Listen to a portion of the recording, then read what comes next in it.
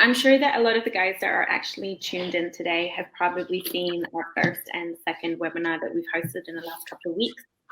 That for those who are new to this and haven't worked with Nulty Bespoke before, this page very much just gives me the opportunity to explain what we do.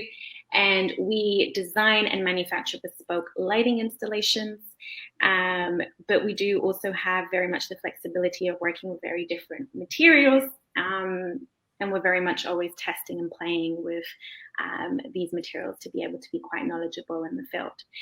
And because of that, we wanted to put together sort of a series of webinars. We had the first one on glass, second one on ceramic, and today's will be on acrylic. It's our third and very last webinar. So thank you guys for all the support. We're going to touch upon a little bit on the history of acrylic. And in fact, it's been around for much longer than some people may know. Sort of in the 19th centuries, where the first acrylic acid was created in 1843. But it only really became a product that was commercialized once the first acrylic sheet was developed by Dr. Otto, which allows us to obviously work with acrylic as we do today. It is a very versatile material, and in fact, a really fun fact on this material is that it was used a lot in World War II in the warplanes for many reasons. One of them, the weightless of this material in itself, and how strong and bulletproof it was. And obviously over time it's been developed, and with new technology, acrylic as a material has managed to sort of get itself into various different industries, one of them being the lighting industry. So we are going to be looking at a particular technique that's available to us, which is called casting. And it's one of the techniques that we use mainly in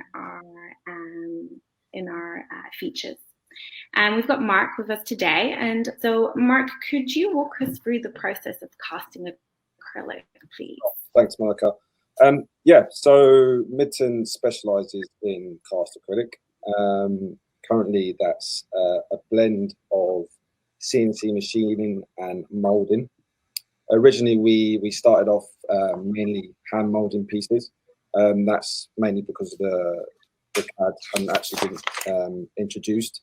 At a point it did come in, the skills we had were more leaning towards hand making and hand crafting. So we tended to hand mold a lot of our stuff, and then started moving into CAD as well. So currently at the moment it's a blend between machining and molding. And we basically create the liquid acrylic from polymer and monomer.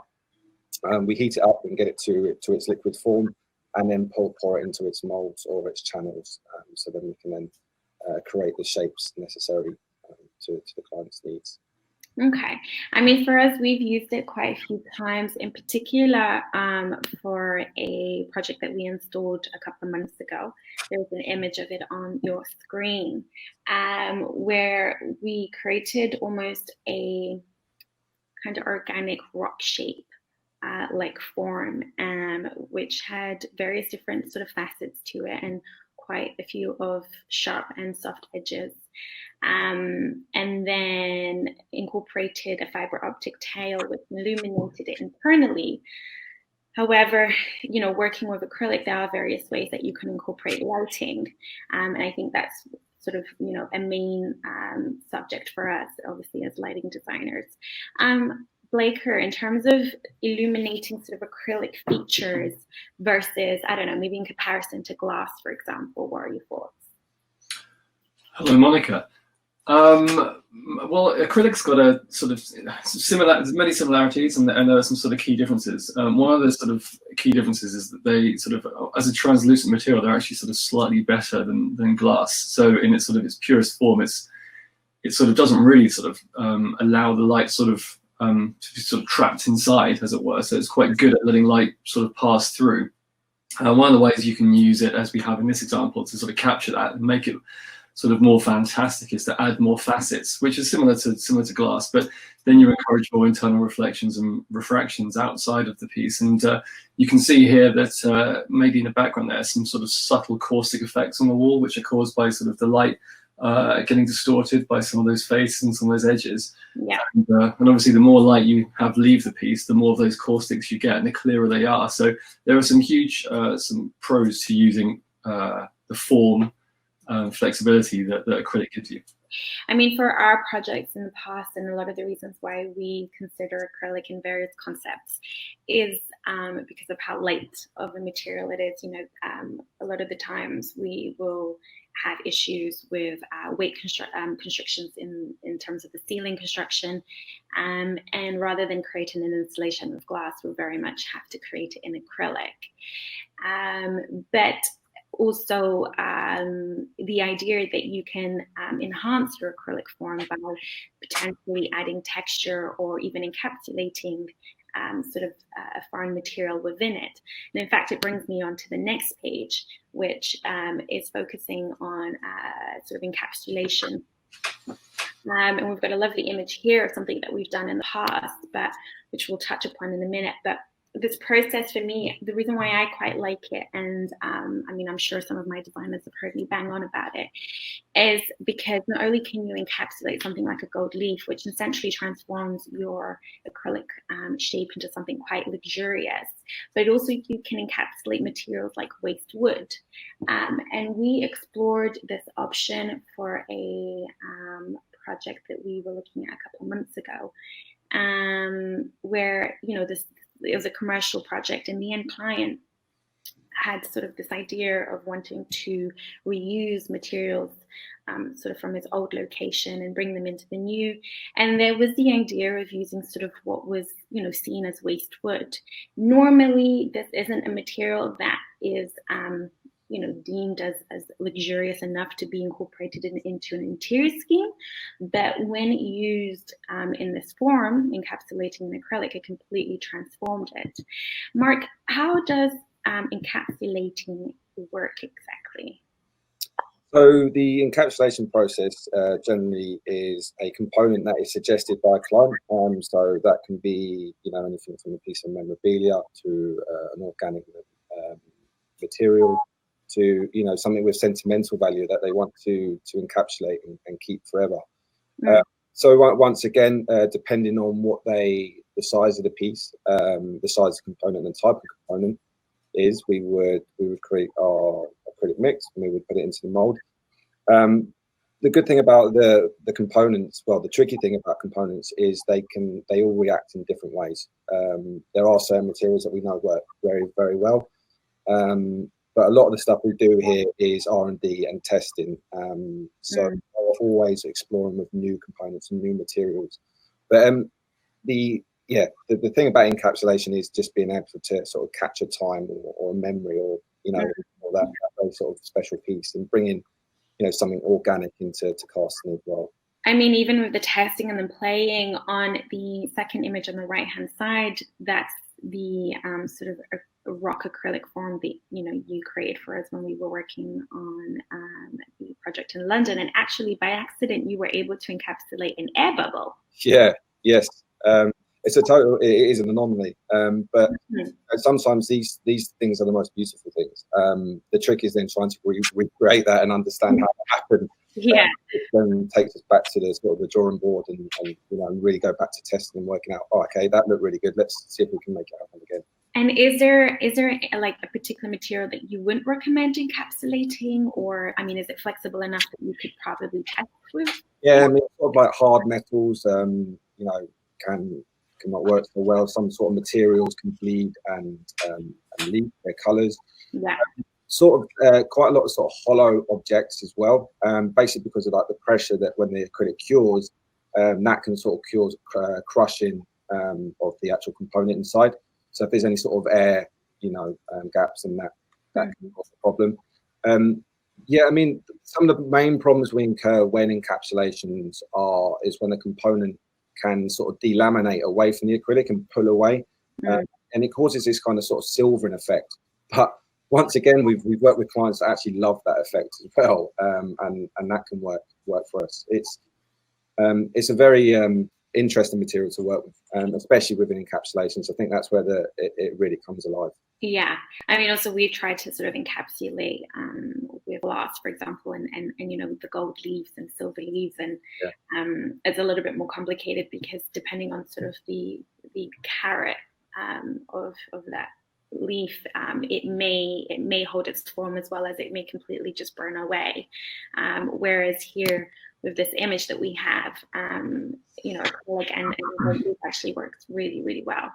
Not to say that, you know, gold leaf as it is quite sort of a lovely material, and when paired up with light, it sort of does have the tendency to sort of glister and sparkle, let alone obviously when you pair it up with an acrylic form, which, you know, optically clear also allows light to travel through. Dan Baker, we've kind of put together some options here. We put together sort of the backlit as well as the projection. I mean, do you have a preference between one and the other? Well, you know, I guess in many ways lighting is always about layering.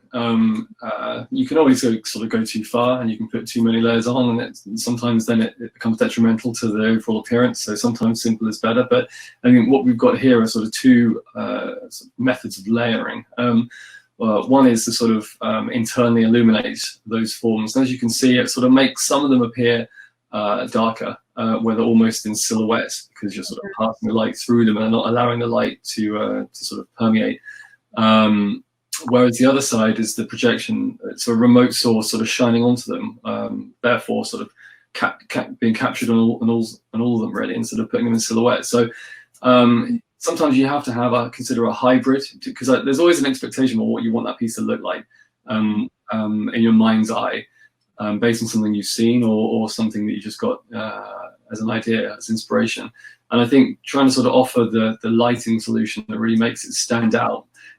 Also color temperature. You've got two very distinct color temperature differences there. One's a cooler white light, and you can see it sort of makes those gold flecks look slightly grayer. Yeah. And the other one's a warmer white light, which sort of brings out the reds and the oranges in them more, and the yellows. So that layering of color temperature, where the source is, remote point source, projection, do you want shadows, do you not want shadows? They're always something you need to consider when you're really trying to draw out the magic from the piece.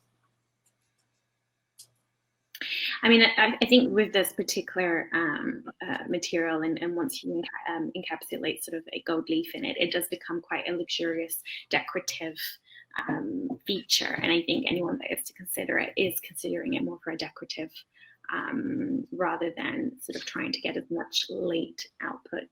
Yeah, I mean, it's worth adding that because it's such a fantastically clear medium, you've almost got to add something to it, whether it's some faces or facets or edges, or something internally, such as this element here.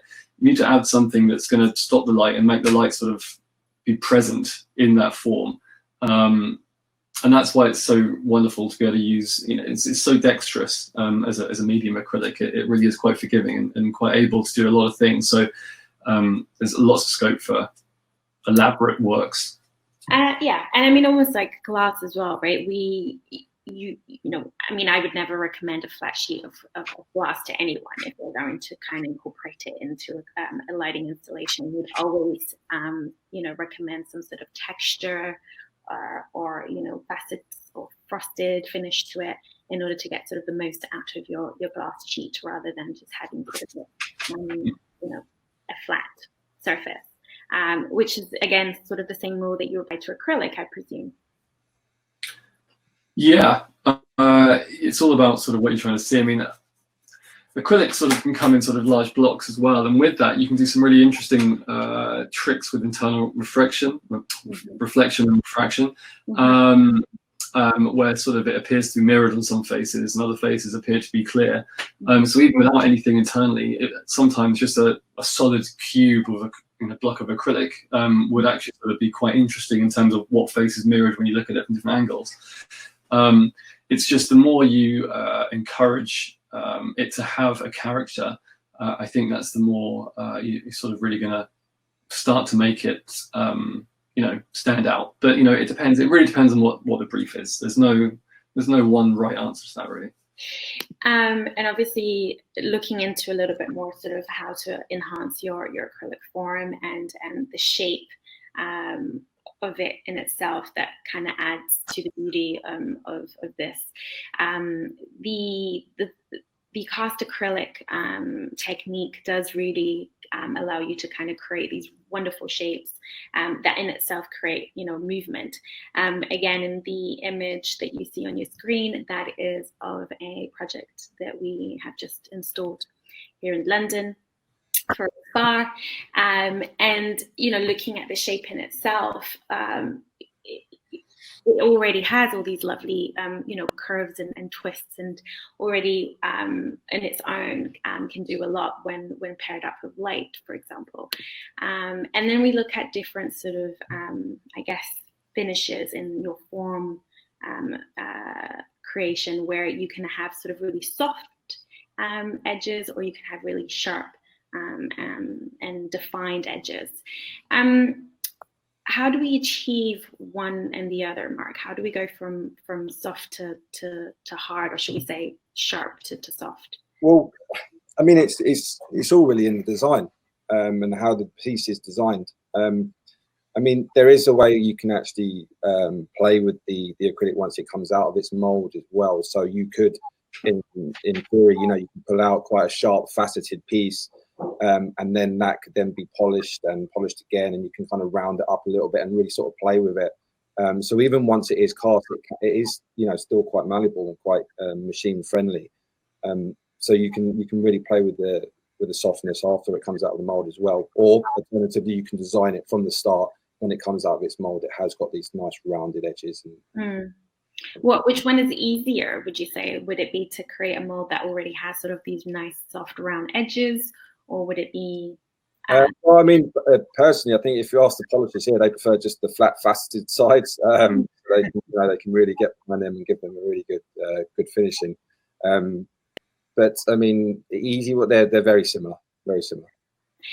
They do kind of react slightly different though with light, from sort of the very sharp edges to the soft, and you can kind of see it in that image as well. But I mean, I would say that the soft edges almost seems to hold light a little bit more. Is that right, Blake-er? Yeah, whether the light, incidentally, if you encourage more faces and more contours and more curves, then the light as it passes through is going to sort of bounce off some of those edges and therefore back into your eye. So a radius is going to be more. There's going to be more light sort of bouncing off a curve, almost like a parabola, than there is going to be just a sharp facet. So you might appreciate more light internally with a softer, more radius edge. Also, what you have, if you are projecting through, not only does a piece sort of glow, and the more edges and faces you have, the more it glows, you also get that sort of caustic effect you've got on the right-hand side there, with those more loose, sort of almost organic, water-like curves to it. So it's less sort of hard-lined and sort of crystallized. It's much softer. We actually kind of put something together, which is probably a little bit of a combination of the two, which in fact, I'll go back to that slide in a minute, which is this picture here. So this is sort of the acrylic one that Mark developed for us for a project that we had here in London, where, like I mentioned, it was sort of really organic rock-like shape. And then sort of there's a bit of a combination here of like soft edges as well as sort of sharp. And then you've kind of, what we've done is we've incorporated a fiber optic tail in each one. So individually, they're all illuminated to kind of make them sparkle a little bit. So that's sort of a good example of kind of bringing in both techniques, I guess. But touching on the slide here, which is just looking at sort of, you have your soft edges or your soft curves, and then your optically clear versus your diffuse, and sort of the different light effects that you have. So Blake, what we've got here, an internal illuminated component, which in comparison to the picture in the middle doesn't actually seem like it's, doing as much, shall we say. Yeah, you've got a few things. I mean, because it is so fantastic optically, sort of acrylics, and they let the light sort of pass through, you sort of almost need to take that into consideration, because it's a blessing and a curse. as we mentioned earlier, to add those imperfections into it, whether it be a bubble or you know, some gold fleck or something like that. That's going to help. That's going to help it sort of stand out and have its own statement. But here you have internally illuminated. Now, typically internally illuminated, it depends on the power of the source as well, because if you had the piece sort of arranged in a certain way with a powerful enough point source, you would still get sort of some quite dramatic sort of distorted caustic effects coming out from it. And you can sort of see in that image a little bit there on the lower side. There is some sort of impression on the surface, on the sort of surface around it of in peaks and troughs in terms of light. But really, it's similar to the projection technique where you sort of pass light through. And when you have a source remote, or you know, it doesn't have to be too far away, but just enough to have still some punch, it passes through and it gets distorted by, or lensed really, by some of those contours, and that piece sort of creates some wonderful external effects, whether they be caustic like in the last image, or they could just be reflections if it was a flat side of something. So it could be soft or hard. But again, it's the piece itself remains largely unilluminated, depending on how many faces it has to it, or contours. Sorry. In images also, just to highlight, the light source that's being used is a fiber optic tail, which isn't I guess as powerful if you were to compare it to an LED engine of some kind. So we are getting sort of really soft kind of light outcome rather than a really, really strong output. I mean, as with everything, it's the lensing. It's whether or not you're, so if all these sources are the same lumen output, if you've got whatever 100 lumens coming out of something and then it's being sort of spread wide, then it's going to have very little effect, which is I think what's happening with the lensing you've got there on the first image. Whereas in the second one, when you're passing it through it, it's almost being focused into a point. So it is very much like using sort of acrylic lenses, really. The third option we have there is if we actually want the light to be trapped inside the object, we'll look at doing something to it, either internally or externally, and sort of etching it so that it becomes a frosted surface, and therefore the main body of the light sort of almost stays within the piece and doesn't actually have the chance to leave, as it is with the projection. So it glows, right? It has more sort of a nice glow rather than... it glows. The light's less likely to escape, giving you that sort of caustic effect, and therefore the piece itself glows. Yeah. I mean, if we touched on yesterday as well about about the clarity of acrylic can actually be kind of detrimental sometimes, and learning how to diffuse it and control it is important. Is how to understand the material and how to work with it and bring that into the design.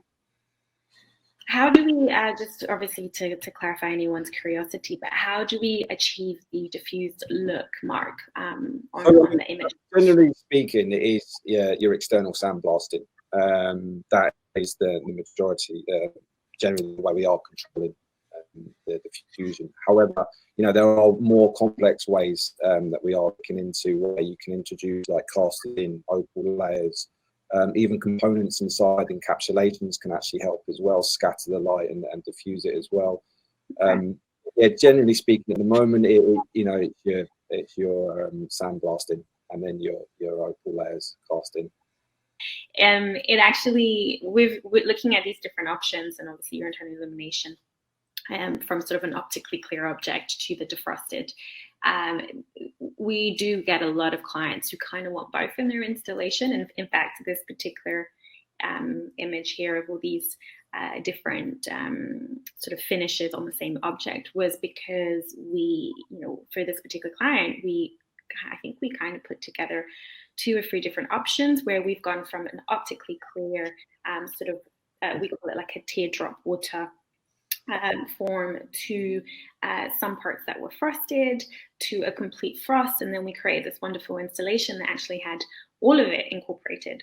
And it kind of gives you, I guess, a bit of the beauty of the sparkle and sort of the projection versus the trapped light that glows in the final image that you see on your screen, which is a diffused.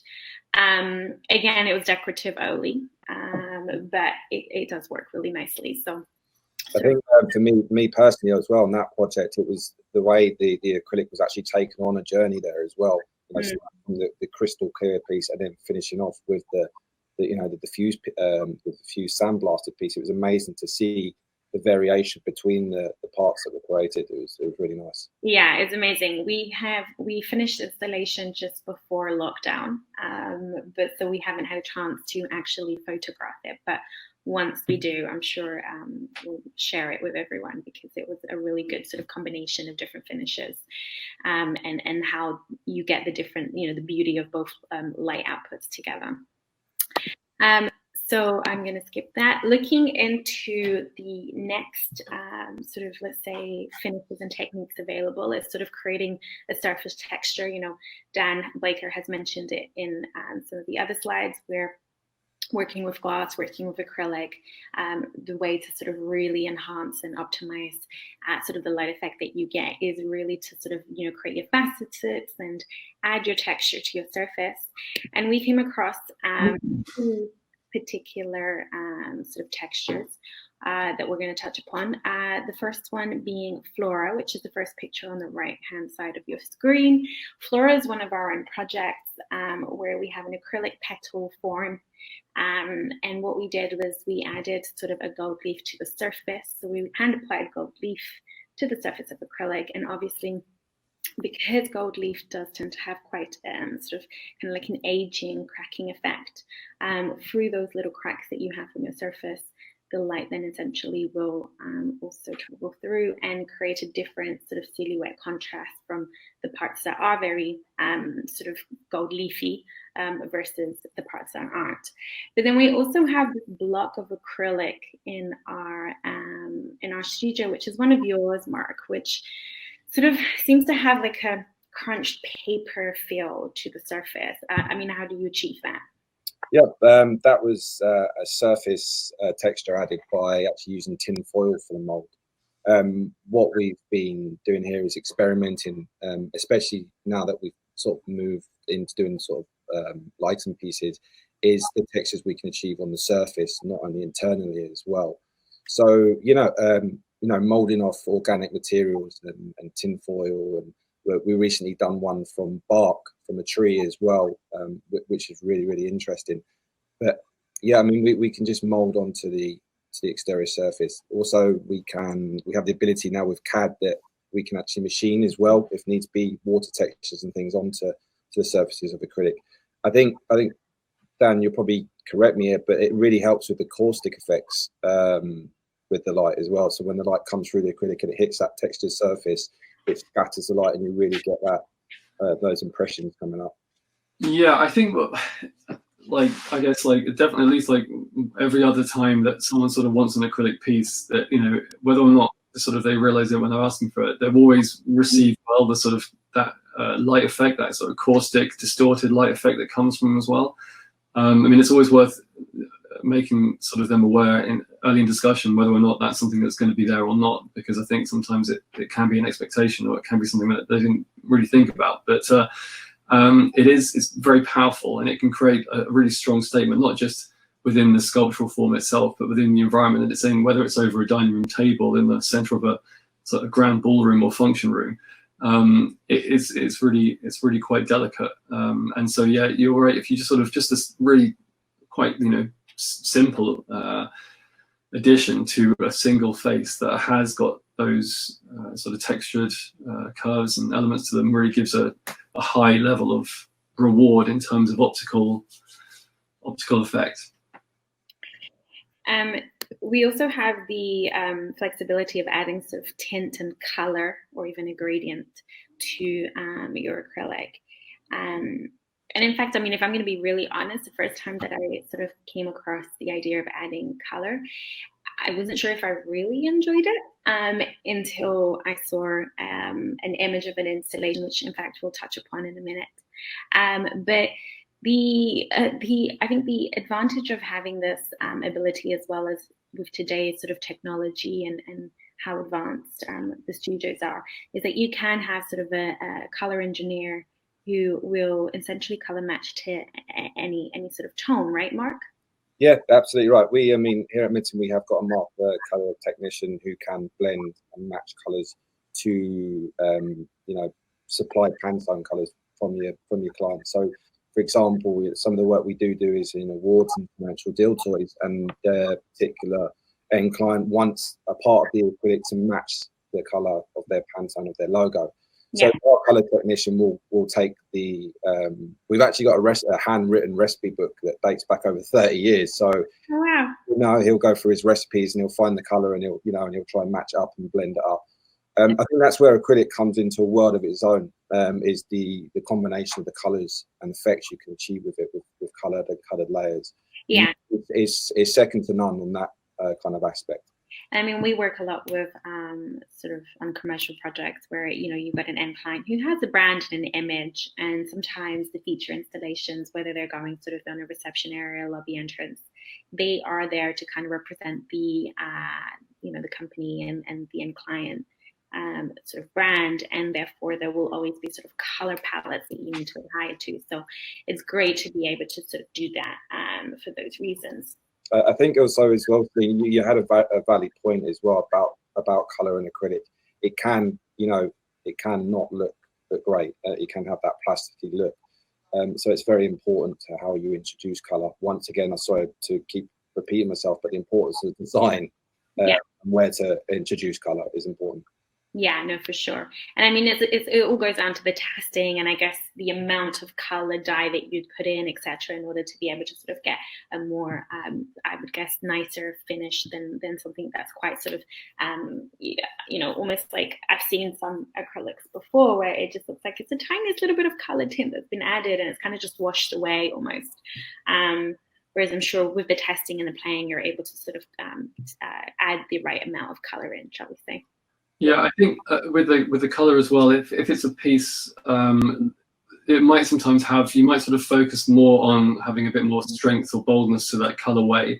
If it's like a single vein or a single element that's maybe like moving through the piece, so it needs to stand out more.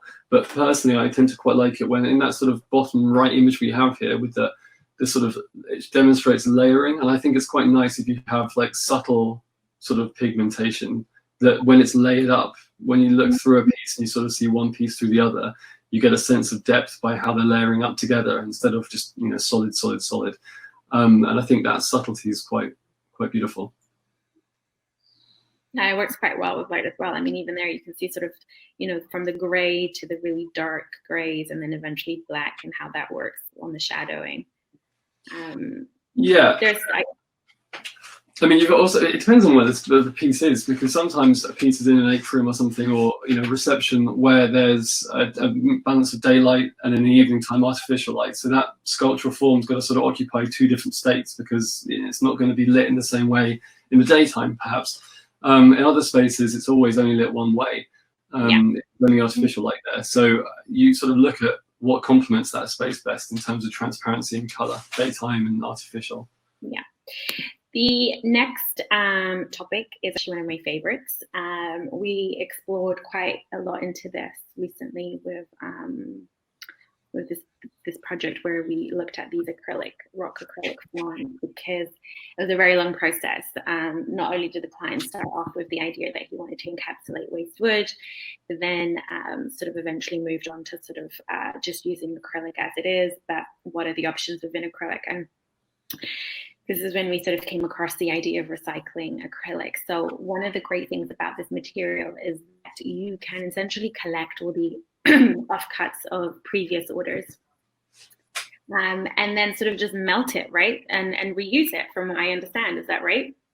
Yeah, I mean, acrylic is fully recyclable. I mean, Minton is, you know, we're striving and moving forward to become a sustainable manufacturer and really concentrate on the circular economy of acrylic and reusing it and how to bring it back into our processes. But yeah, you're absolutely right. You can melt it down and reuse it. So the picture there on the left-hand side is actually our offcuts of our laser cut sheets. They get put into a channel, and then as we're pouring up our clear acrylic, there's always, you know, some overrun left over. That gets put up into the channel and then cured. And then what you get at the end is when you get it cut up into your blocks and shapes is the picture on the bottom right-hand corner. And I think that the nice thing about this for me is the organicness. So the snowflake effect that you get, where every block and every piece is going to be slightly different, slightly unique in its own way. This is a very interesting point for me. Definitely. I mean, you know, for someone who a few minutes ago just said, I don't really like the whole colored acrylic, that picture there on the right-hand side where you have sort of the layers of different colored acrylic, Isn't it? I mean, looks amazing. Yeah. Which again, you when you first talk about recycled acrylic, you don't actually necessarily think that, wait, it's another way that you can incorporate color and translucent acrylic together to create sort of the layering. Or even, for example, this is just coming to mind, but the marbling effect.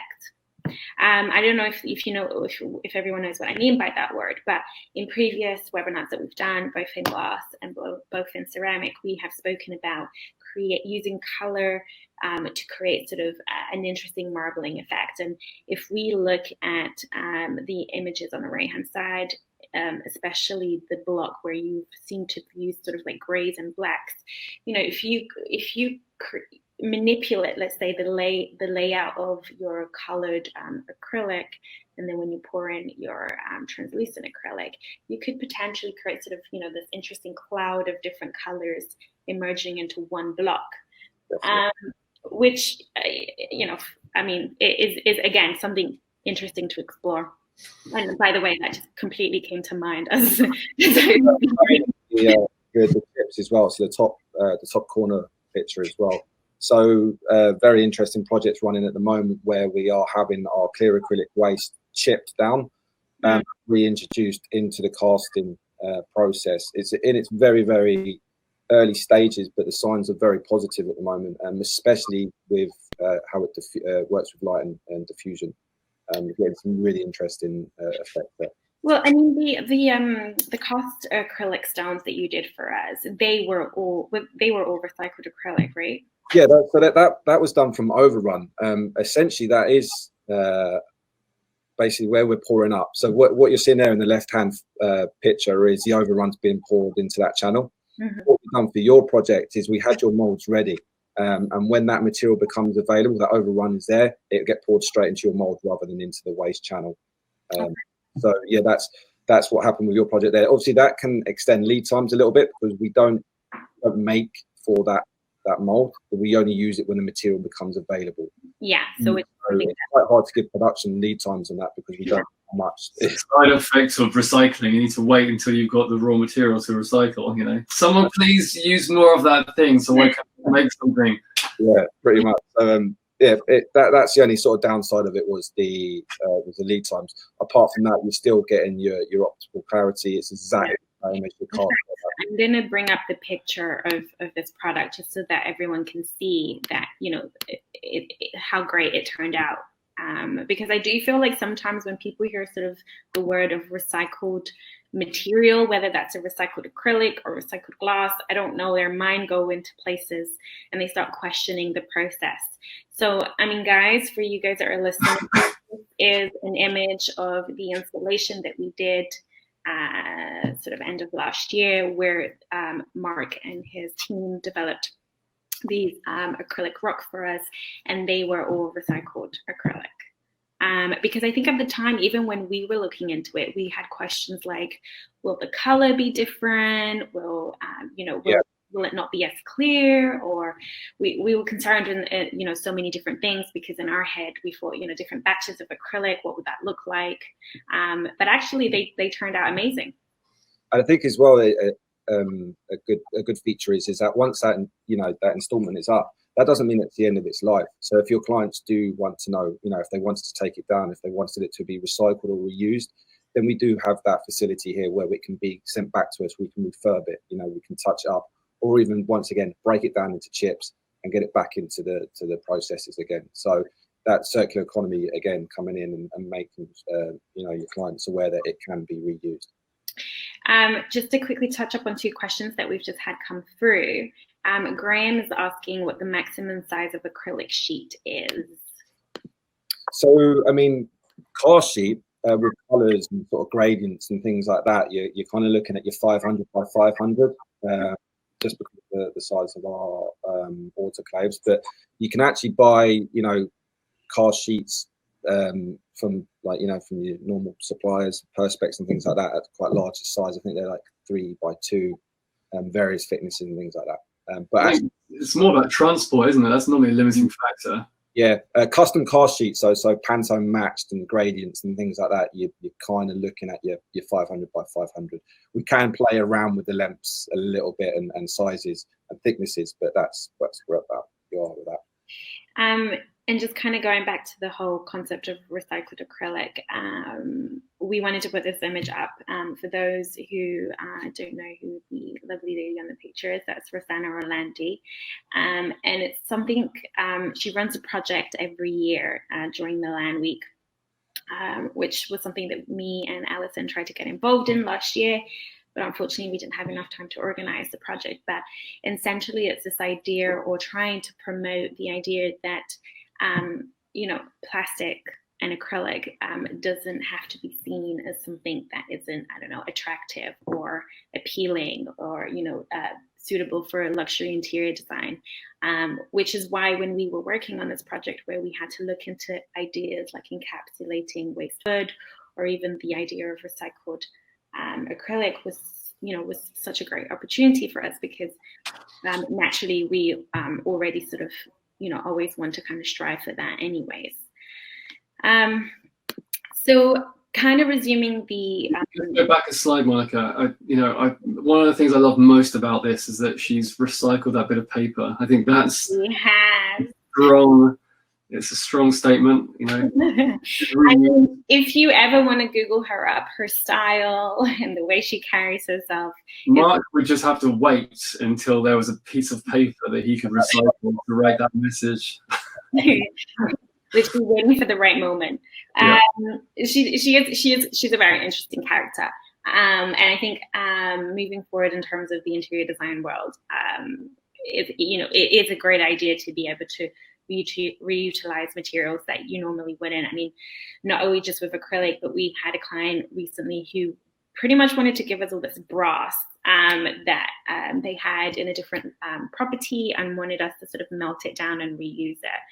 And I think this is, you know, it's an interesting discussion, but what you do tend to find is it's expensive process sometimes, you know, and I think this is where we need to kind of tackle this idea, because I think originally they approached me and they said, you know, here's this brass, melt it. It was almost the idea that maybe, you know, he was saving on some sort of cost, but actually you do have the process of managing this material. And then you've got with acrylic, where a lot of people just, they would opt for glass, or they prefer glass, but there are so many benefits with this material. Like we've mentioned in the other slides, it's incredibly light, which has proved itself very useful for us when we are working on projects with, you know, very large installations and not very good ceiling structures. But also it's incredibly strong. And I mean, Mark, we also had a inquiry that we were working with you not too long ago, where there's this massive sort of wall art installation in the Middle East, and potentially exposed to sort of, you know, extensive daylight. Yeah.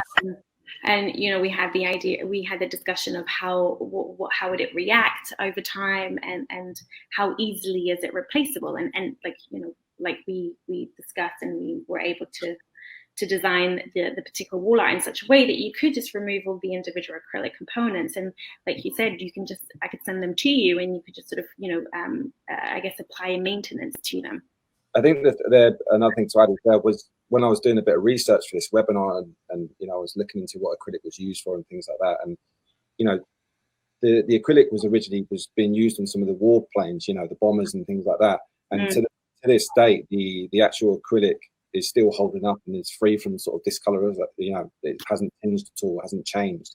So, you know, it is very UV stable, and also there are inhibitors and additives you can add to actually help that even further. Yeah, which again adds, you know, to the discussion that if you're going to use it in the first place, make sure that it's going to last 20, 25 years, right? Yep. So it's just more of a benefit. Yeah, I think the UV stability is a really important thing optically, you know, as a lighting feature as well. You know, from a light point of view, that's key. Make sure, you know, maintains its transparency. There's another question from Nadine here, and it's for you, Mark, really, I hope, because I haven't got the answer. But is it resistant to heavy loads? Can it be installed in the floor? So yeah, I mean, it is resistant to heavy loads. I mean, it is, you know, it's renowned for being almost shatterproof. However, being on the floor, I would say that it could mark, you know, it could scratch and sort of dull over time.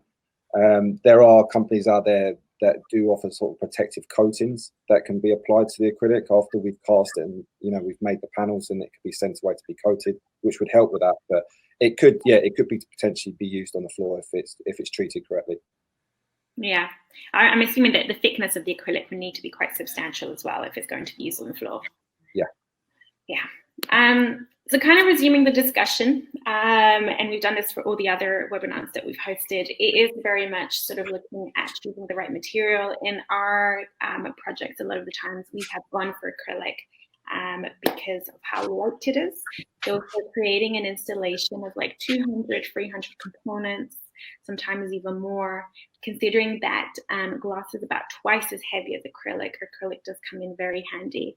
And obviously how optically clear it is, it works fantastic with light. And there's so many different techniques available, from being able to encapsulate sort of, you know, other materials and other objects to enhance your form, to even sort of applying a frosting finish to the surface, which then gives you sort of, you know, a glow rather than a sparkle. And then of course touching upon sort of the right illumination that you would incorporate, whether you're going to internally illuminate the piece or whether you're going to sort of just project light onto it. Which again very much depends on sort of the drama and the mood and the atmosphere that you're trying to create for the space, bearing in mind that it is very much a decorative piece, I would say. And what we're going to do going on to the next slides is actually just touch upon sort of some of the images that we've put together of installations of acrylic that we found that we quite like. We are starting the first one with one of our own, which is the Flora. You would have seen it on the other slideshow, which is sort of a very floral, leafy form, which we applied a gold leaf to the surface, allowing it to be a bit of a texture. And then where you have those lovely cracks, you do have the light sort of shining through that has a very warm glow. We then have this one over here. I'm just going to change the settings of, yeah, there you go, just so that we can see the names of the artists of the installation. This, in fact, was seen at one of the Milan shows, I think last year, by Benjamin. From what I see, I might ask Dan Blaker to kind of touch upon it. It seems to be sort of these lovely acrylic rocks that are installed along sort of the track, and then you have directional spotlights onto them. Yeah, I mean, it's a great example of sort of that almost underwater, you know, swimming pool like caustic effects you can have if you have a number of different sort of contours or forms or shapes, soft shapes on the surface. You get those really soft blends on the floor. And in this installation, because you have so many pieces in that sort of artwork, all those patterns overlap, so you sort of get that overlaced effect that's synonymous with sort of a water effect. Again, you could enhance that by having the light fittings sort of dimming up or dimming down, having a subtle movement through them as well. So you can sort of build layers upon the impact this has. I think what I touched upon before is that remote source angle to it. So you can see here that perhaps if the light source was actually inside that piece, you would have a much wider sort of like spread of the object of those forms. And when you pull that point source away, you sort of almost make those effects sort of get slightly more less more intense and less wide. So I think there's always a balance really between playing with the effect, playing with the lens, as it were, and playing with the surface that you're sort of hoping to achieve that effect on, to make sure the three things sort of complement each other. I'm not sure anyone in this room is familiar with the overhead projector that that many of us as children had at school for acetate slides. Yeah, they're probably kids probably wear glasses nowadays and sort of see things in a virtual reality. Well, they're not even at school, so no, this is so old-fashioned. But yeah, it's very much to do with the sort of the focus, really, the focus range. And so the same thing, you've got to play with these effects a little bit to make sure you're getting the right, right impact in the space. We then have this one here, which is quite interesting, because I almost feel like they're kind of like human cubicles, but that's what they remind me of. But you have sort of these lovely, like a really long, tall acrylic tubes almost that seem to be frosted, and then obviously light, which I can't quite tell how they've incorporated the light. I mean, I from this image, I would say that the light fitting is sort of offset above, because you can sort of see by the light effect on the floor around each of those columns that there's both sort of light overspill, which looks like it's coming from a focus spotlight above, but there's also a shadow, which looks like, as well as the light catching in the tube, it's also casting a shadow where the overspill is. So I think there's a remote source, well shielded, maybe even photoshopped out. I'm not too sure, but I think, yeah, it's definitely being more intense at the top, and catching whatever that frosting is of that acrylic tube. But it's a beautiful effect. I mean, I might even say that they're not solid, that they're sort of hollow cylinders, and the light sort of able to pass through. And in that central one, you can see that green form in suspension, still sort of getting quite a lot of light down to it. So, but yeah, no, it's wonderful. You could do something similar by having light internally in the top of that. You know, the top lid could be an illuminated light source integral, and that would give a very similar sort of effect, just not that effect on the floor around it. Yeah. This one, in fact, so for when I was saying that I didn't actually think that colored acrylic looked that nice until I saw this image. So this is a work done by Sabine, and in fact, I really do like this particular image, because you have sort of this lovely kind of coral, pastel-y peach acrylic block, and there's parts of it that almost look like they're not that translucent until it comes in contact with sort of, you know, that center illuminated rod, which you then can actually see sort of the reflection that comes sort of through the center of your colored acrylic block. Does that make sense? Yeah, I think, you know, it's all sort of light and sort of transparency is all quite relevant. I mean, even if you look at at one of those sort of interview rooms and you have those mirrors that are actually windows, that's all to do with the sort of the light levels fore and aft. So if you've got no light in, you know, behind where the person's observing, and lots of light in the side where you're being sort of interviewed, you maintain that level of reflection. However, if you were to, there's a ratio of, I think, like 1 to 20 or something that, you know, needs to sort of be in place there for that mirrored effect to sort of be present. If you were to sort of play with the light levels for enough to make them the same, the transparency would shift, and it would become able to see through. And in many ways, it's the same with this. You know, it's a very subtle pigment that's in the acrylic, but you sort of appreciate when you've got the light or it's shining onto a bright surface, it sort of reveals that it's slightly more transparent. But if it's not got as much light passing through it, it remains almost opaque. Yeah. And I think that's what gives you such a huge spectrum of colors. I mean, if you were to take color swatch samples across that one face, you've got so many hues there of this, of, you know, similar color. It's quite lovely and quite deep. Yeah, I really do like it. It does make me want to take back my statement. And then this one here, in fact, I mean, again, for Nadine, when you were looking at, when you asked about if it's resistant for heavy loads, we have an image here of a piece of work from Tom Price where he's actually incorporated into, I think might be a sort of seating bench of some kind, where you know, it's an interesting image because it kind of touches upon sort of encapsulating, which you know, we've only ever used in sort of small forms and for lighting installations, but on a larger scale, if you're trying to create a wonderful desk, for example, or a chair, this is a perfect example of how you can use it. And then just finalizing, we have some time to answer questions. There is a question that has come through from Rosanna, which is in regards to the maintenance of the light. And how would we explain this to the customer? I mean, so if you're talking about in terms of, you know, how would you change your light source over a certain period of time? That very much would depend on how this feature is designed. A lot of the times, if we are looking at sort of LED chips or LED engines, they sort of have like a screw-on cap of some kind. You know, first of all, you expect them to last a substantial amount of time, but we would always design and engineer so that it's an easy process of maintaining and changing out, for example.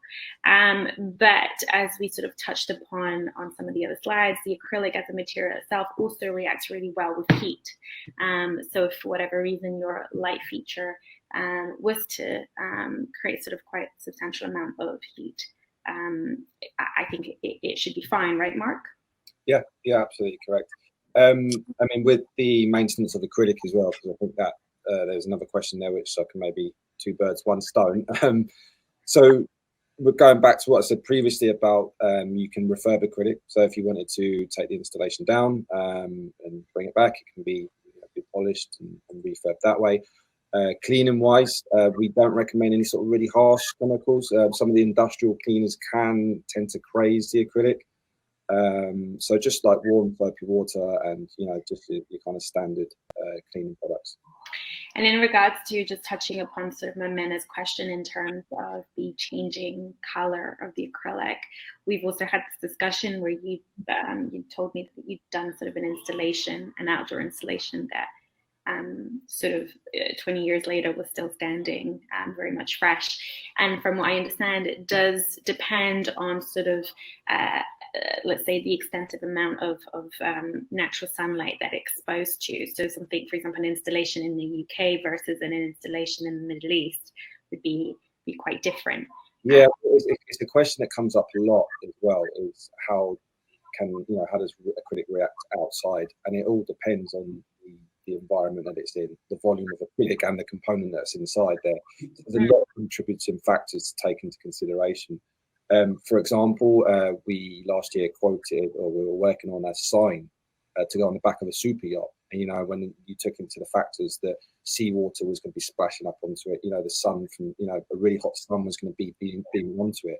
I wasn't in a position where I'd be able to guarantee, 10 years worth of life out of that sign. But then we've got pieces, like you said, that have been outside and have been in our office, and they've been here from like day dot, so 20, 30 years, and they're absolutely fine. Yeah.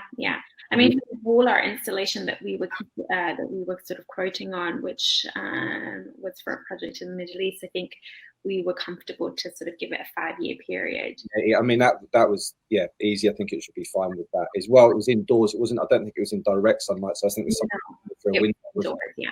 Yeah. So I mean, you should be absolutely fine there. I mean, going back as well once we're into the the bombers and their windows, they're still, to this day, there's no discoloration there. They're still crystal clear. Yeah.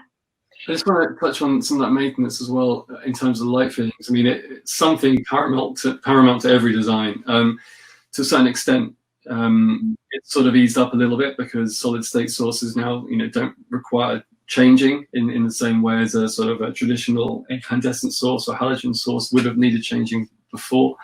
So you get longer lamp life. But I think Bespoke's process is very much start off at a very high level, aspirations very high, and then think as you're sort of further developing, think about those practicalities.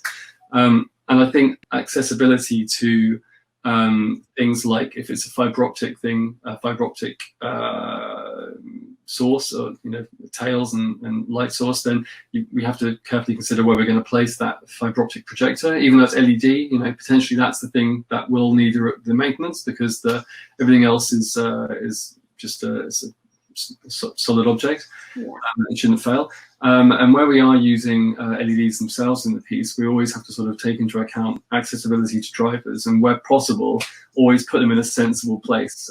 So whether that's around the perimeter of the base plate or somewhere that is more easy to get to location via some sort of scaffold or like ladder or cherry pick or whatever you're using. So it's always at the forefront of the of the designer's mind when they're going into it. It's just really trying to be clever and sort of picking your punches where possible to make sure it looks great, but also is easy to maintain. Yeah. I think there was a question there from Simon as well about the things we've been asked to encapsulate. Yeah. There's been some really odd things, from a mummified cat to human ashes, elephant dung. The elephant dung actually exploded when we put it into the encapsulation process and then brought it out of our autoclave. The gases in the dung somehow actually exploded, so the block came out and elephant dung went all over one of our casting operators. We've done lots and lots of weird things. Oh, that's weird. We, as Nulty Bespoke, have only explored the gold leaf and the waste wood. I'm sure that you know, as time goes by and as this material becomes more popular amongst people, there will be some weird requests. I mean, we've had stuff like love letters, you know, being sort of the main focus on one of our concepts. And I'm sure at some point someone's going to want to encapsulate an historical sort of, you know, item to the family. One of the things that stands out to me is we had encapsulated a gold-plated AK-47. Had been decommissioned, but it looked absolutely fantastic. I mean, I'm not sure. I mean, it's good. I mean, putting it in an acrylic block kind of decommissions it anyway, right? Surely. Well, yeah. I mean, it's more the safety side when it came to us. There were only the factory operators running around with it. Yeah. Is there any other questions that anyone wants to ask? While I have you guys on here, just to remind you, so this is our third and very last webinar. However, we will be hosting live Instagram interviews, hopefully starting from next week. And what they will be based on is very much interviewing the makers. So the same way that we have created these webinars, each one focusing on a particular material and a particular craft, the interviews will do the same. So we'll probably start with glass, ceramic, and then eventually, hopefully acrylic. Just throwing you in there, Mark. Yeah, I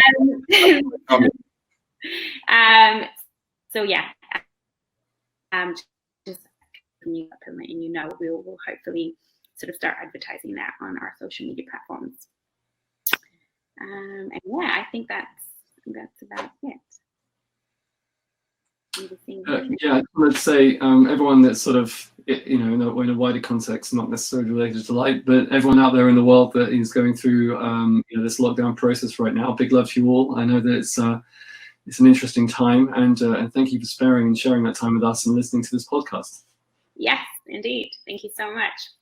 All right, guys. Thank you for your support. Take care, guys. Thank you. Bye. Bye-bye.